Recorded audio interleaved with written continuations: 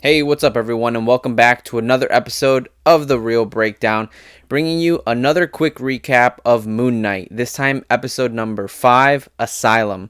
Guys, this is the penultimate episode, second to last, right? Finale's coming up next, and guys, I have to say, what a way to set up the finale.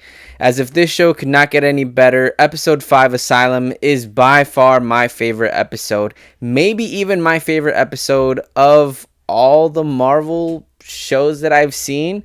I know, that's praising it a lot, but let's get into it, guys. Man, this episode was such a mind trip. There was so much going on in this. We had that crazy ending from the last episode with the hippopotamus goddess, who we find out is Taweret. And then here, guys, they pick right up with it. And I have to say, guys, I love this episode so much, guys, because it answered so many questions that we have been trying to answer this whole season.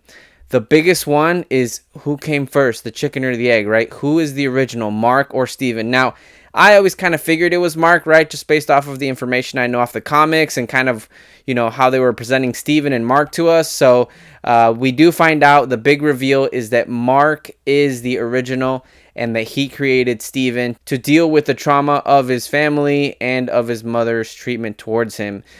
So what a big reveal, guys. I mean, I don't want to say that I'm super surprised by it, but obviously it's just nice to have an answer to that question. Now, another question that we get answered in this episode is of what happened to Mark? How did he get these personalities? What's the origin, right? Actually, both origins we got. We got the origin of Moon Knight and how he found himself in Khonshu's grasp, right? In Khonshu's clutches. We actually see that Khonshu kind of took advantage of Mark and the state that he was in. And we do also get the answer of Mark's mind was already fractured before Khonshu got to him. So it kind of once again shows that, like Steven says in the episode, man, Khonshu just took advantage of you and your situation and what you were in. Obviously, Mark sees it as like, well, he kind of gave us a second chance. And even though I feel stuck with him now, it's a second chance that I wouldn't have otherwise had. So that's interesting right there, guys. But yes, we get the backstory and origin story of Moon Knight, Khonshu, and Mark. And I got to say, guys, it's very, very similar to what it is in the comics, right? His CO Bushman kills a bunch of people. Mark tries to defend them while they're trying to raid a tomb as he's doing jobs as a mercenary, and he ends up wounded near the Temple of Khonshu. So that was really cool to see. I thought it looked really awesome, his first transformation into Moon Knight. That whole sequence I thought was really cool. And another backstory that we saw was what happened when they were children, right? What really is going on with Mark's mom? Where is she? What's going on with her? And how it is that Steven came to be. And guys, I have to tell you, that was my favorite part of the show. I always love it when shows, get deep, get emotional, get into the nitty gritty of character development, get into, why characters are the way that they are, what their trauma is, if they have any trauma, right? And I really loved it. Guys, I have to be honest, man, I got very emotional watching this show. Anything that has to do with like a parental figure and a children, that kind of relationship always gets me, whether it's a positive relationship or a negative relationship. And I gotta say, man, those sequences of Steven just kind of going through the different rooms and the different levels of, the memories of Mark and seeing what happened with his brother, Randall, who I didn't even know he had a brother, but apparently that's in the comics, and just seeing all the trauma that he went through, how it is that he got his different personalities or his alters, right? I thought it was very well done. The writing on this was great. The storytelling. Guys, can we just once again, every time I have to mention it, and I will not get tired of mentioning, Oscar Isaac's performance, and even that younger kid who played young, Mark. I unfortunately don't know his name, but man, these guys did a great job. The emotion that they portrayed, every time Oscar Isaac is channeling Steven or channeling Mark, and in this case, maybe we get a little bit of Jake Lockley. We'll talk about that in a little bit, but man, his acting is so good. I felt that emotion when he's, after he walks away from his mother's funeral and he just kind of has that breakdown on the street.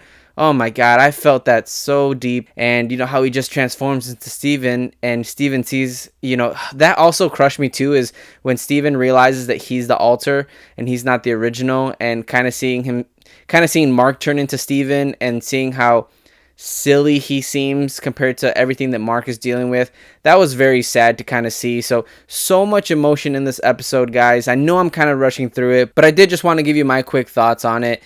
And so going back to what I was mentioning, we do get a shot of what I think could be Jake Lockley. Now, in this episode, there's a lot of cutting of back and forth between Harrow's psychiatric office and the underworld, and dealing with Tawaret and the memory. So there's a lot of cutting. There's a lot of, I don't want to call it confusion, but there's a lot going on in this episode, and a lot of it is a mind trip. Now, in one of those, we do see that when the person that we think is Mark flashes back into Harrow's psychiatric office, we see him bloodied with like a bandage on his nose, and he's talking differently. He's being weird. And even when Harrow calls him Mark, he kind of reacts a little bit differently. I think we might have just gotten a peek at Jake Lockley, the third entity, the third altar that we were seeing in that coffin kind of shaking around, which they never went back to. I thought that was interesting. The other thing that makes me think of that is that when Steve and Mark are in the room in the memory of younger Steven and Mark, and his mom, and their mom comes in and, starts beating on him. Mark says that the point of Steven is that he doesn't remember these things, but clearly we also see that Steven doesn't remember this, so it is safe to say that Jake Lockley is the altar that is there to take the abuse of, what? I mean, at least that's what I'm theorizing, guys. I don't know. But to me, it seems like Jake Lockley is the altar that takes the abuse. That's why he's more physical. That's why he might be more violent. That's why he shows up bloodied and beaten and just looking distressed. While Steven is the one who, thinks, hey, you know what? Everything is fine. My mom loves me. I had a great life.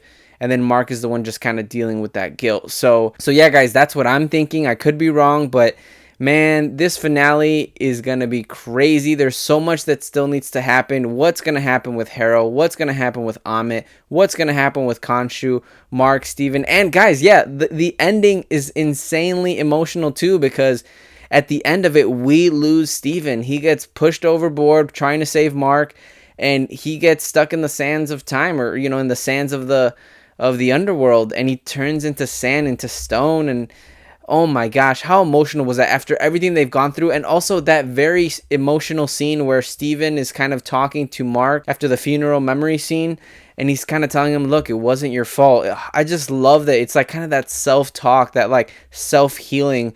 And so after they share that beautiful moment in this beautiful journey, to see Steven go overboard and just kind of get turned to stone, man, that was tough. And then to see that balance, Mark's heart's out and take him to the field of reeds. I don't know what that's about. I feel like that needs to get explained in the finale.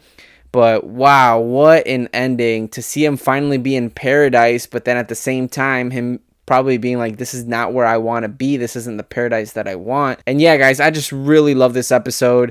To kind of wrap things up, guys, this episode was directed by Mohamed Diab, and I think that, they've been doing a phenomenal job with the different directors and the writers that have been working on this. This story is so unique. It does give you WandaVision vibes in the sense of its uniqueness and how, it's dealing with trauma and pain, but at the same time, to me, Oscar Isaac is the difference maker. This might end up being one of, if not my favorite series. Right now I have it as Loki, but man, every episode, except for that one episode, I think it was maybe episode 3, that I was a little disappointed in, every episode has just been great. So I can't wait to see how this season ends. I'm very excited, guys. So that's it, guys. That's my quick recap on Moon Knight episode 5, Asylum. We got the finale next. So until then, guys, see ya. Hey everyone, thanks for watching. Please like and subscribe, and stay tuned for what's next to come on The Real Breakdown.